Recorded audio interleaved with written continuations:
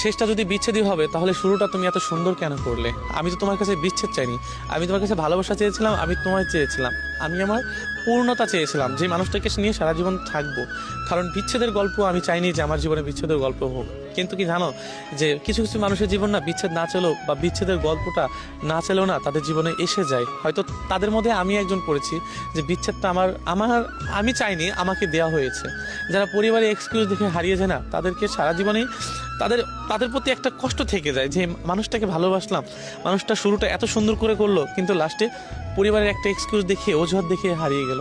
দুনিয়াতে সবচেয়ে বড় কষ্ট কি জানো, যে একটা অজুহাত, যে আমার পরিবারকে মানাইতে পারছে না, আমার পরিবার মানছে না, বা আমি তোমাকে আর চাই না, আমাদের বিচ্ছেদ হোক, এই যে একটা অজুহাত, এই কষ্টটা না দুনিয়ার কোনো ছেলেই না সহ্য করতে পারে না, বা কোনো ভালোবাসার মানুষ এটা সহ্য করতে পারে না।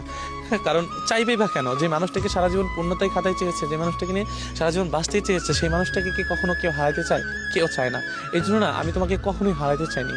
কারণ তুমি মিথ্যা ভালোবাসা দিয়েছো, মিথ্যা অভিনয় করেছো, আমি সবই বুঝতে পেরেছিলাম। কিন্তু আমি আশাই ছিলাম যে যদিও আমি আমার ভালোবাসার মানুষটাকে বোঝাইতে পারি, যদি একটু বোঝো, যদি আমার জন্য একটু ভালোবাসা তৈরি হয়, তাহলে হয়তো এই ভালোবাসা